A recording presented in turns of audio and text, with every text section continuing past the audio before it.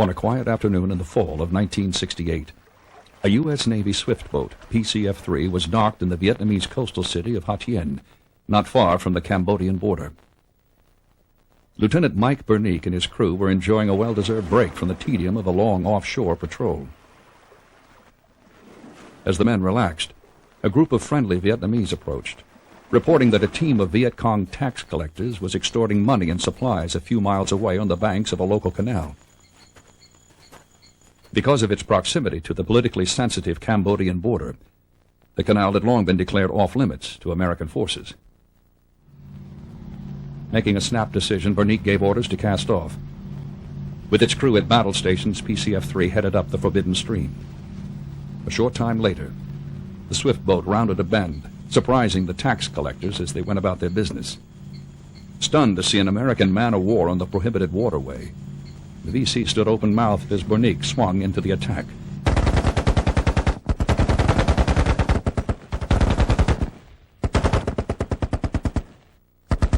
With 3 Viet Cong down and the others falling back in disarray, several men were put ashore to scoop up an assortment of weapons, ammunition, and documents.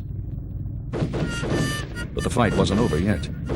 The enemy regrouped, returning in strength, in an attempt to drive the swift boat off their turf. For a brief, furious moment, the battle was rejoined as Bernique and his crew stood their ground. When the smoke cleared, 2 more Viet Cong were dead, and Mike Bernique was the undisputed master of the VIểT Canal.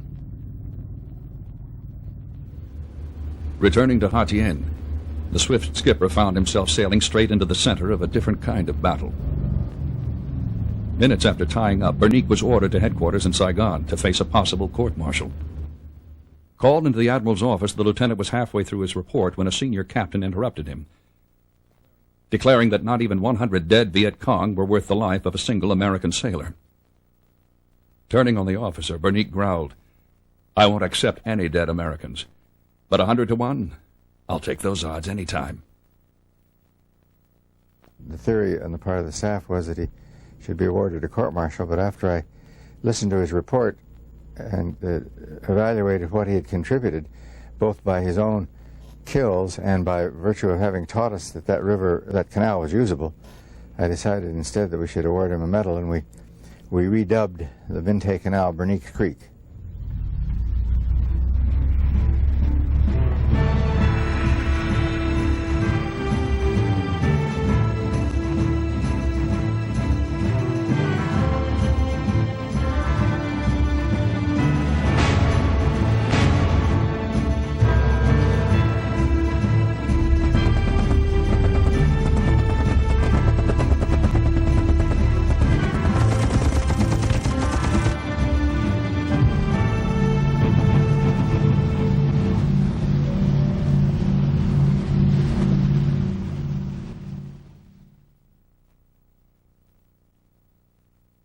By the summer of 1964, the United States was well involved in an effort to support the beleaguered nation of South Vietnam in its struggle against a guerrilla insurgency from within and outright aggression from its communist neighbor to the north.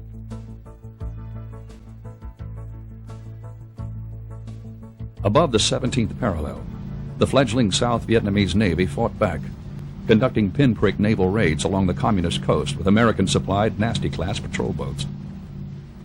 It was shortly after one such raid that the American destroyer Maddox entered the Gulf of Tonkin on a routine intelligence-gathering mission. For 2 days, the Maddox continued its patrol, but on the afternoon of August 2nd, 1964, the North Vietnamese Navy came out to fight.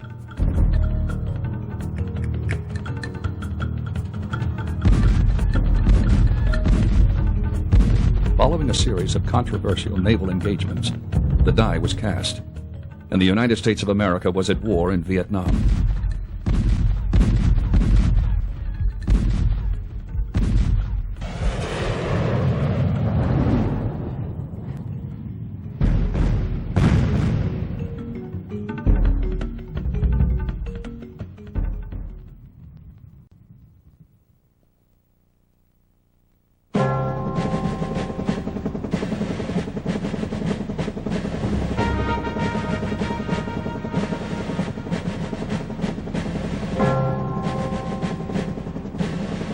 Fully committed to combat in country, the American command soon realized they were up against a much better equipped foe than the ragtag guerrillas first thought to be operating in the South.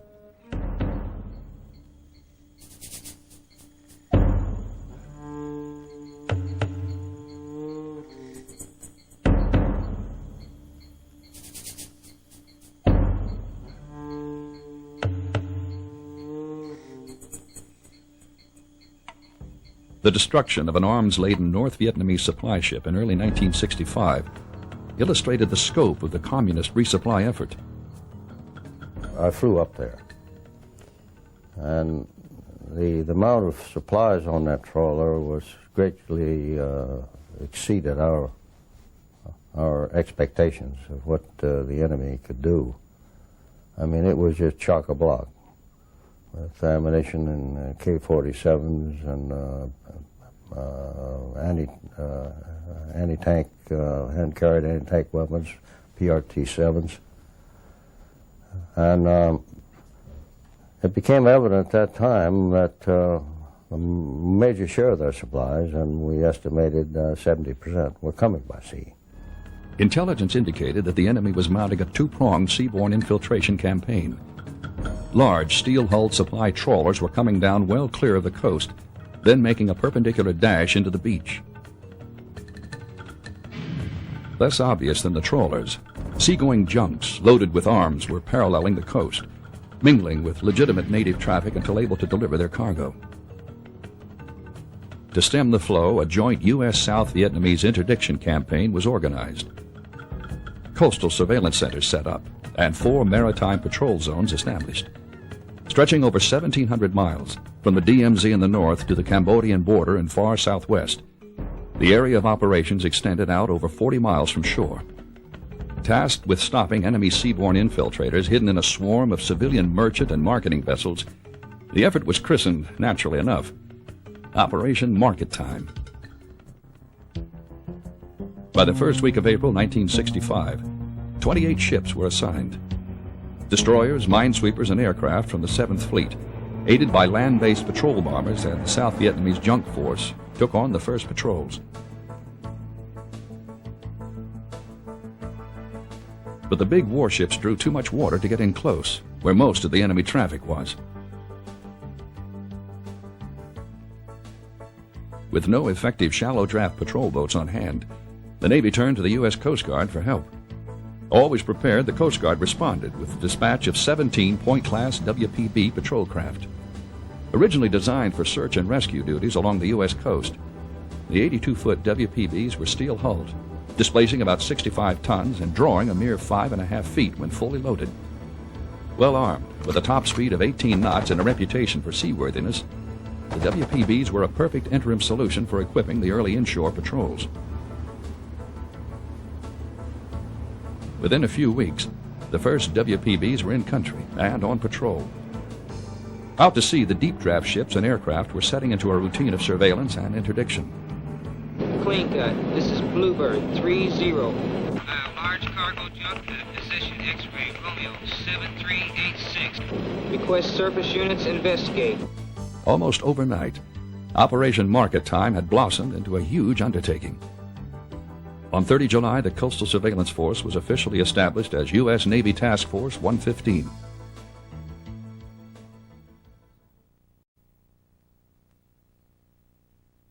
John Paul Jones said, "Give me a fast ship, I intend to sail in harm's way." And these things took us into harm's way, but the lovely little things usually managed to get us back out again.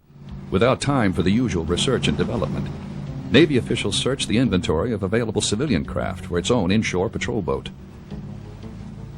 The perfect solution was found with the discovery of a 50-foot all-welded aluminum boat then being used to transport offshore drilling crews in the Gulf of Mexico. The boat's manufacturer was more than happy to modify the design to naval specifications, and the patrol craft Fast, soon to be known as the Swift boat, went into production.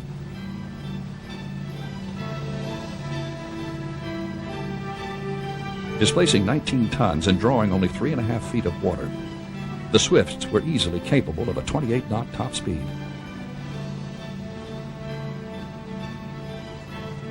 And the little Swifts were well armed.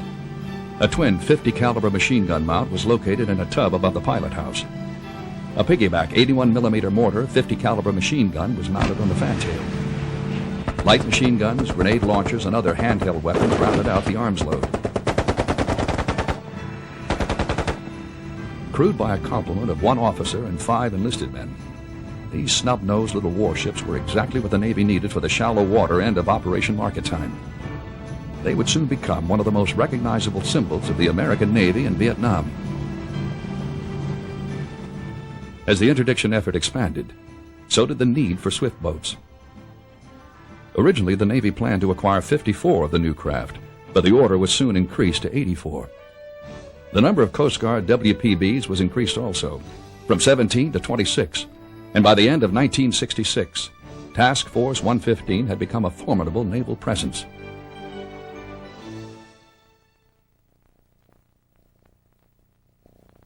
Soon after Operation Market Time was established, most of the destroyers on deep water patrol were replaced by specially equipped radar picket destroyer escorts. Boasting sophisticated radar and communications gear, high endurance, and good seakeeping abilities, these small ships proved perfect for the Market Time mission. But even as the number of U.S. vessels increased, so did the North Vietnamese infiltration effort. A bolstering of Market Time's air umbrella was called for, and P-5 Marlin flying boats were called in to join the effort. The new P-3 Orion anti-submarine bomber was also drafted into service. Operating out of bases in Vietnam and the Philippines, the big 4-engine Orions were ideally suited for covering the enormous areas encompassed by the Market Time patrol.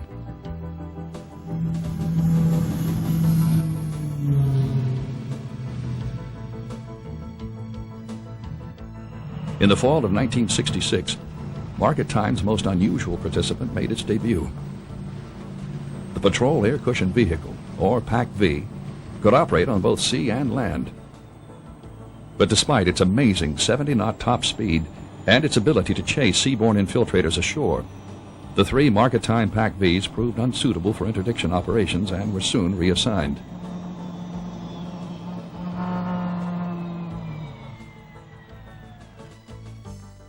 Hydrofoil patrol gunboats were another exotic addition to the Market Time fleet. But operations in the rough seas off Vietnam soon revealed that, like the PAC-Vs, the sophisticated hydrofoils were ill-suited to the anti-infiltration role.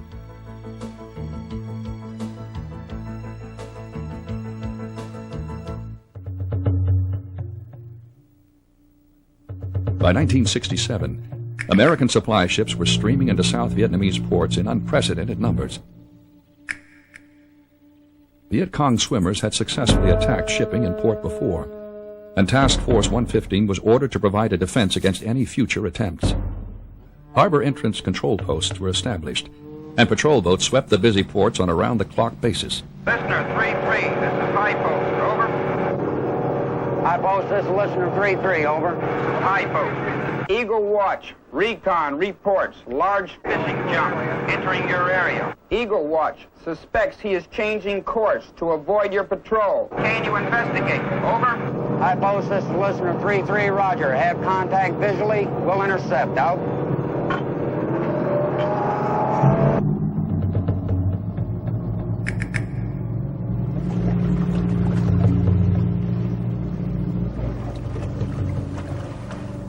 Below the waves, teams of Navy divers checked anchorages and hulls for VC mines.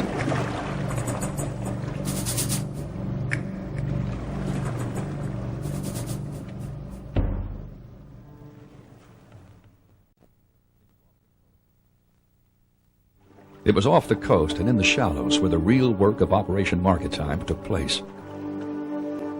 One task remained constant: the never-ending search for communist supplies and personnel. Day after day, Swiftboat and WPB crews scoured their patrol areas, fighting when they had to, rendering aid when they could. During the dry season, they roasted under the Southeast Asian sun, battling pounding seas and torrential rains during the monsoon.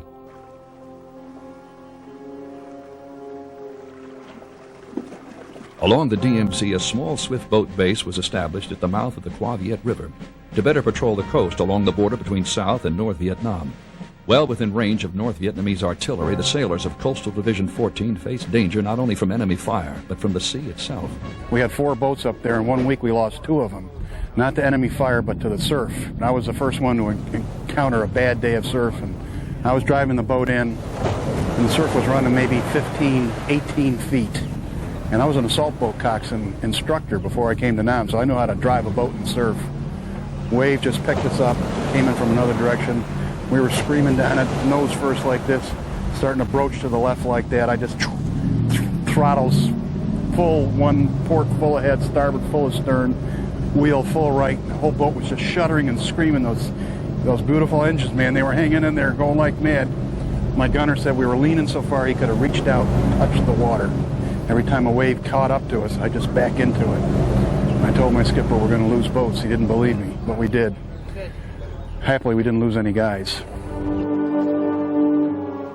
The number of vessels searched rose from hundreds into the thousands, then into the tens of thousands. Reactions on the part of the Vietnamese whose boats were stopped ranged from cooperative and friendly to hostile and sullen. Every boarding held the potential for a firefight.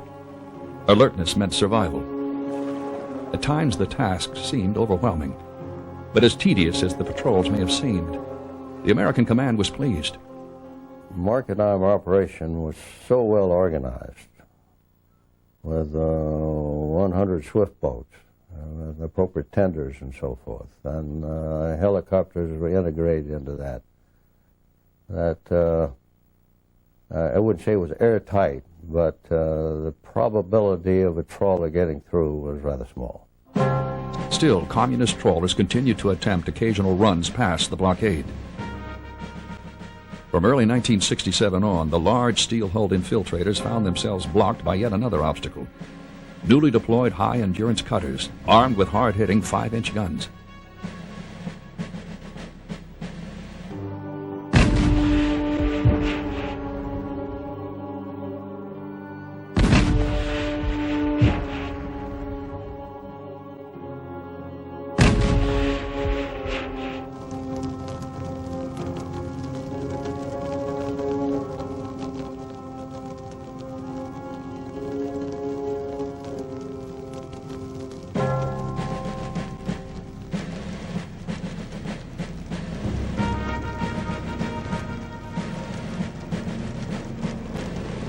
Another enemy gun runner ran afoul of TF-115 on June 12, 1967, when patrol planes spotted a suspicious trawler 40 miles off the coast heading south.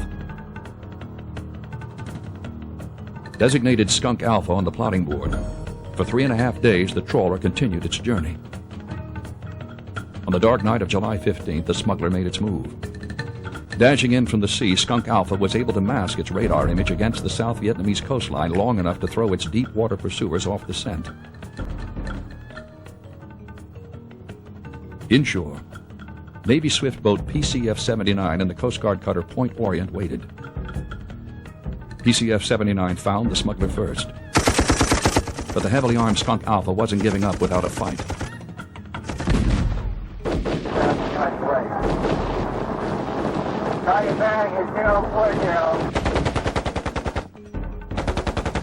Helicopters and a Navy gunboat joined in.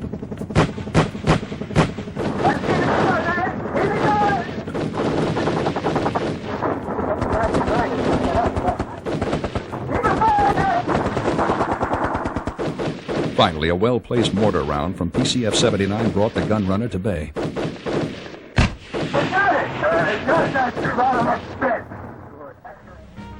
Next morning, a beached and burned-out smuggler gave up its secrets. Over 12 tons of ammunition and 3,000 communist weapons never made it into the hands of the Viet Cong, thanks to Operation Market Time and the swift boat sailors of PCF-79.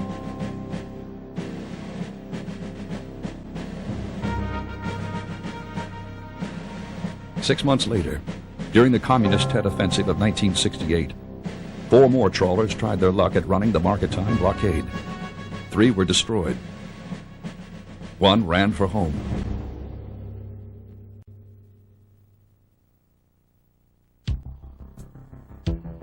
By the fall of 1968, Task Force 115 had basically accomplished its mission.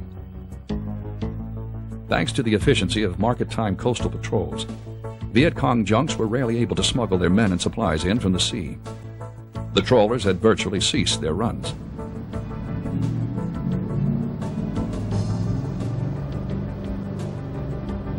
Along the major waterways of the Mekong Delta, the river patrol boats of Task Force 116 and the Joint Army-Navy Mobile Riverine Force had fought the Communists to a near stalemate.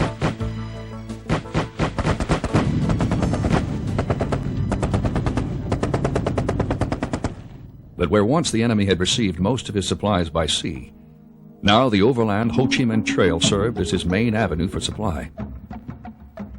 Taking advantage of America's unwillingness to violate the neutrality of South Vietnam's neighbors, the trail snaked its way south from Hanoi in relative safety, terminating along the Cambodian border in the spiderweb of creeks and canals that make up the southern Mekong Delta.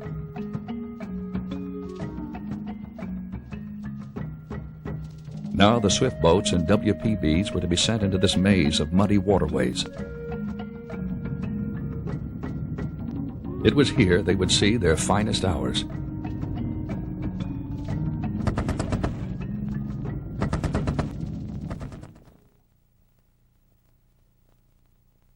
The strategy in the South shifted dramatically into one of actually running combined boat operations instead of single boat operations, as we were doing on market time, operating in a more integrated fashion with the Army and with the Vietnamese, making operations where we were setting up ambushes, combinations between boats and helicopters, a lot of new strategies which were an attempt to take the war to the enemy. And in fact, we were, I think, pretty successful. Following Mike Bernique's unauthorized swift boat raid on the Vente Canal, American naval commanders decided that bold action could seal off the flow of communist supplies into the Delta, if not at their source, then at least at the points where they were floated across the border.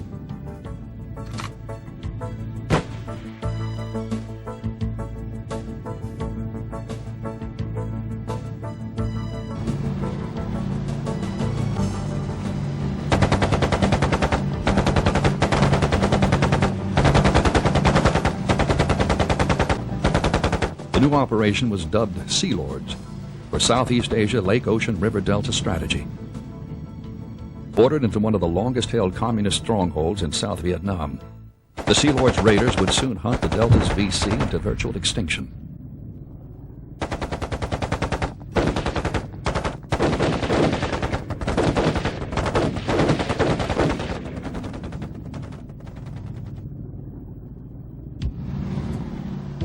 Combining the Swifts and WPBs of market time with the speedy river patrol boats, heavily armored monitors and troop transports of Task Force 116 and the Mobile Riverine Force, a near impenetrable string of barriers along the Cambodian border was soon established.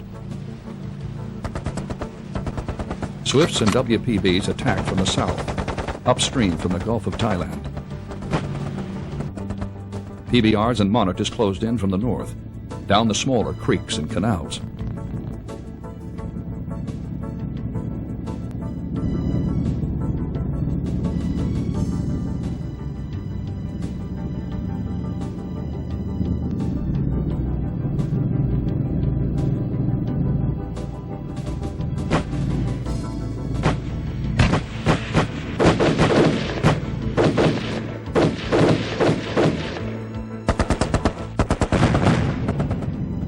Sailing into the enemy's own backyard, the Sea Lords raiders were indeed going in harm's way.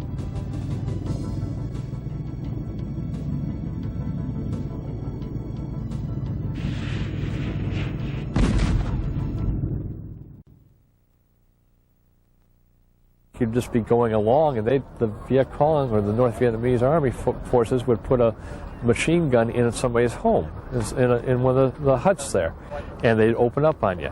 Other times you'd end up taking on a company-sized strength or larger, because they'd be sitting there waiting for you. A lot of times they called the shots. They picked the time when to fight. The Communist Command had long considered the Southern Delta their own private reserve. They would not give it up without a fight. The enemy had years to lay out his defense and was well prepared. Viet Cong sappers planted mines at likely landing places. Bridges throughout the region were targeted and destroyed.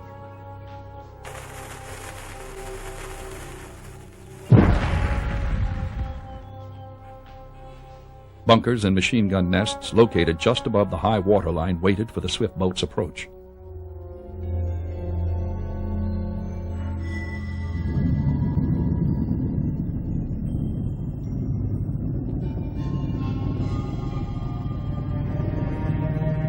Ambushes along the rivers were frequent.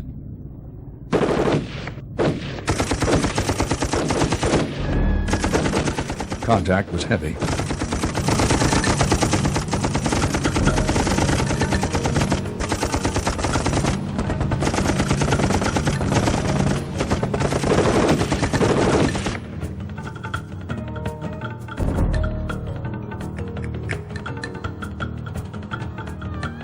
And costly.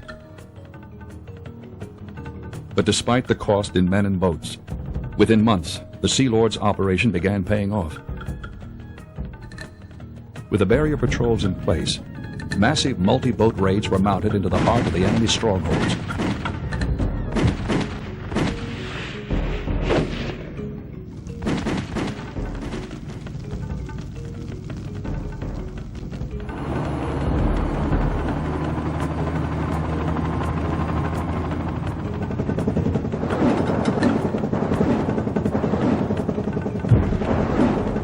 Supported by Navy Seawolf gunships and Black Pony attack planes, swift boats and brave sailors sought out the Viet Cong where he lived, clearing the riverbanks of anything that offered him aid and comfort.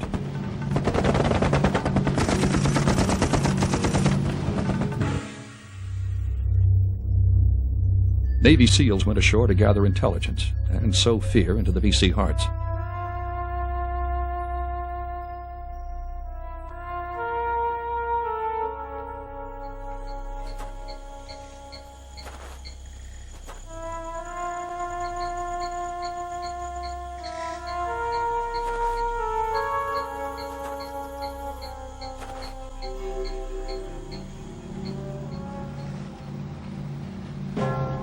As the pressure continued, the flow of supplies reaching the enemy slowed.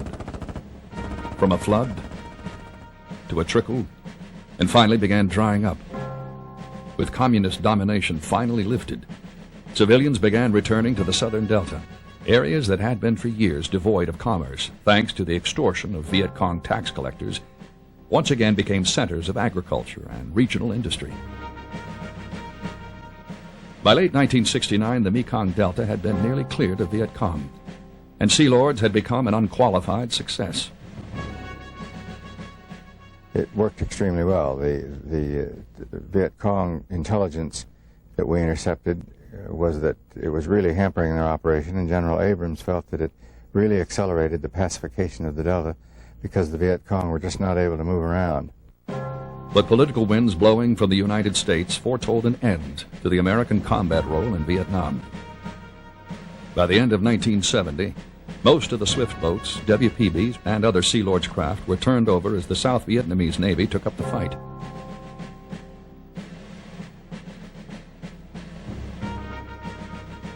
Throughout 1971, the turnover continued.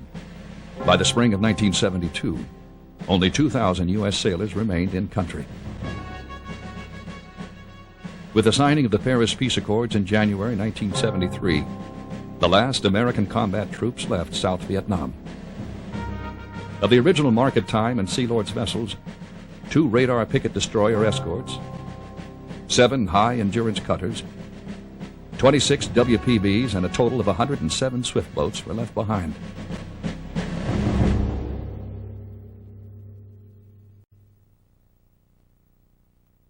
I heard the engines, and there's nothing like the sound of the engines, and I started to get goosebumps. And I stepped at the top of the ladder to the pier, and there were the 2 boats sitting side by side with their engines turning over. And I swear to you, I was suddenly like 22 years old, back in Vietnam, and there were the swift boats. While the Coast Guard retained numbers of WPBs for stateside search and rescue, the Navy left nearly all of its swift boats in Vietnam. But thanks to a twist of fate, PCF-1 and PCF-2 The first Swifts, delivered to the Navy in 1965, still flew the Stars and Stripes. For over 20 years, the old boats have been assigned to a naval training unit in the Panama Canal Zone. Seemingly forgotten, PCF-1 and 2 trained foreign naval crews and conducted occasional patrols, waiting patiently in the tropical sun for eventual disposal.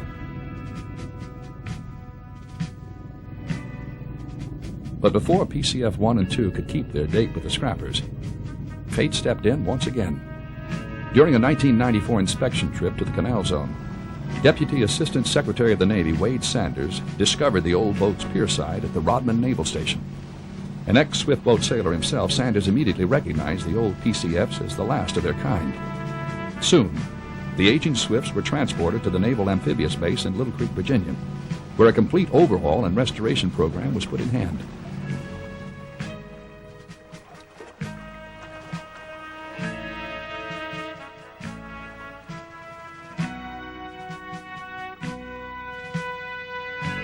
In June 1995, after 30 years of service, PCF-1 and 2 got underway on their final mission as Navy men of war.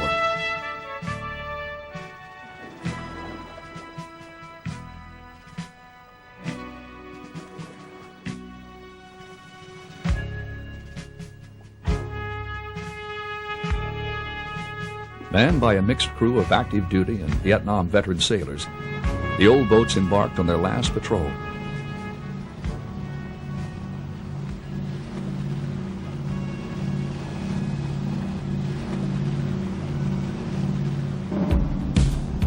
Outbound for the Navy Museum in Washington, D.C., the boats cruised north of the Chesapeake Bay.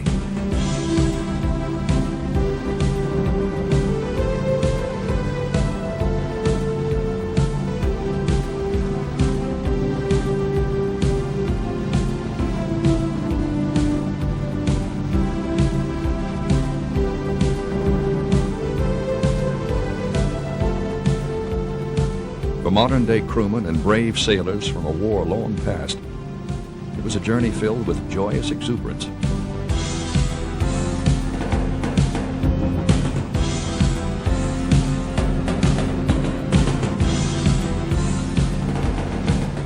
And sober reflection.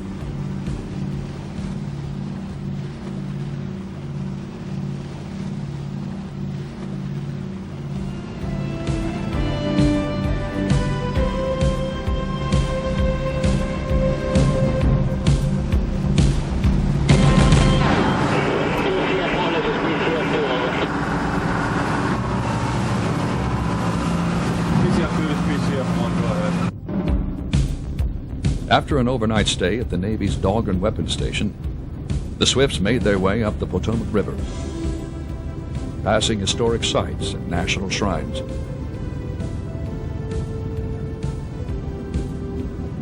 Until finally the capital hove into sight.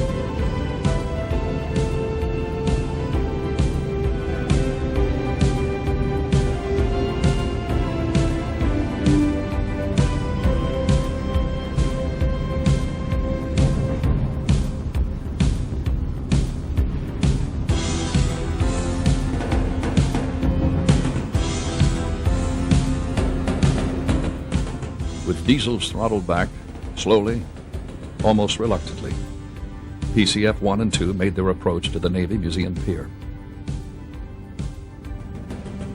Lines were passed and secured. Engines were shut down. And the last Swift boat patrol passed into history. Traveling from across the country, hundreds of ex-Swift boat veterans gathered for one last look and a final moment with the little warships that had served them so well.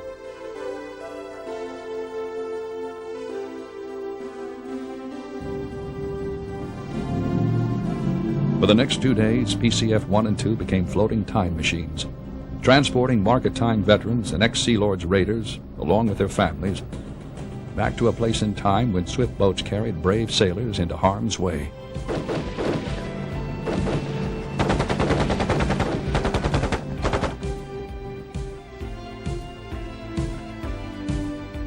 All too soon, the rides were over, and on June 17, 1995, the swift boat saga drew to an end.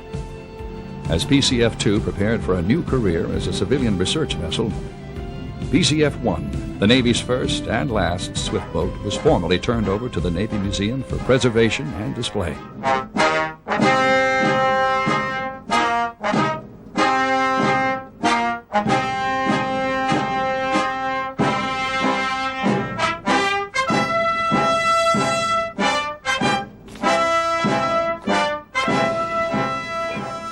The symbol that will exist with the placement of this swift boat will be to symbolize the courage, the initiative, the imagination, the sheer guts of the remarkable crews that sailed and steamed in that craft. Every time that I look in the museum at that swift boat, those are the thoughts that will run through my mind as I salute you for your tremendous contribution. No words here today, no 30-year-later memory or description will ever convey the sight and the feeling of 6 or 10 or 12 Swifts, engines throbbing, radios crackling, guns thundering towards the riverbank, moving ever closer into harm's way. But that's not all that it was. We sunbathed and we skinny dipped. We traded sea rations for fresh shrimp, and we left our Vietnamese recipients of Uncle Sam's technology grinning from ear to ear as they believed that they got the better of the deal. When we broke the rules, which we never did, of course, Admiral, we would say, what the hell can they do? Send us to Vietnam? And through it all, we never forgot how to laugh. The times we lobbed raw eggs from boat to boat, the great flare fights that we had, ultimately lighting Bill Rood's life raft on fire, and of course, pet dogs that didn't understand English or Vietnamese for "don't do it there." There were as many moments of humor as swift boats and sailors. And we exulted in the beauty of a country that took us from glorious green rice paddy, black water buffalo caressing the banks of rivers, children giggling and playing on dikes, sampans filled with produce going to market, that suddenly took us from innocence and tranquility deep into the madness of firefights, chaos reigning around us, 50 calibers diminishing our hearing, screams for medevac piercing the radio waves, fishtailing rockets passing the pilot house, all suddenly to be replaced by the most serene, eerie beauty the eye could behold and an awesome sense of survival. We lived in the daily contradiction of living and dying. We never looked on each other as officer or enlisted, as Okie or Downeasterner. We were just plain brothers in combat, proud Americans, together with our proud vessels who answered the call. We loved these boats, even if we abused them of necessity. And the truth is, they loved us back. They never let us down.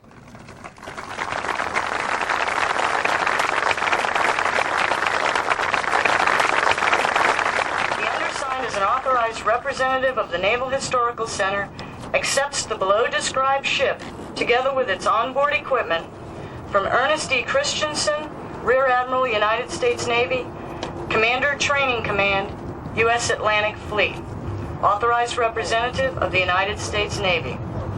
Signed for by Dr. William Dudley, Naval Historical Center.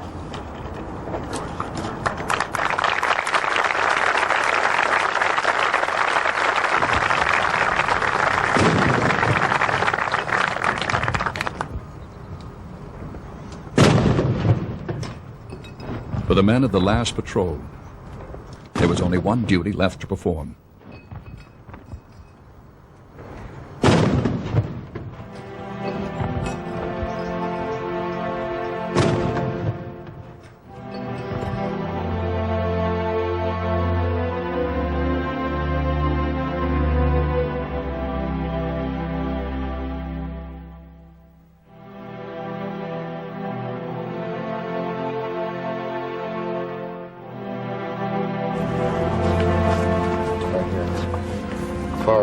Goodfellow.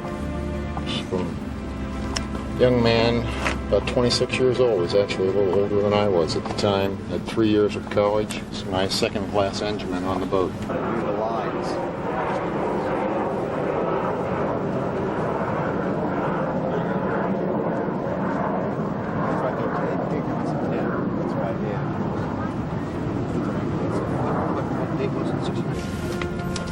John P. McDermott. Bosun mate second class. He was born in 1945. I think he was 21 years old. 22 years old.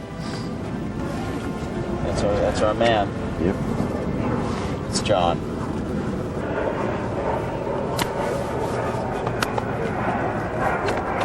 We know where he is. Yes, we do.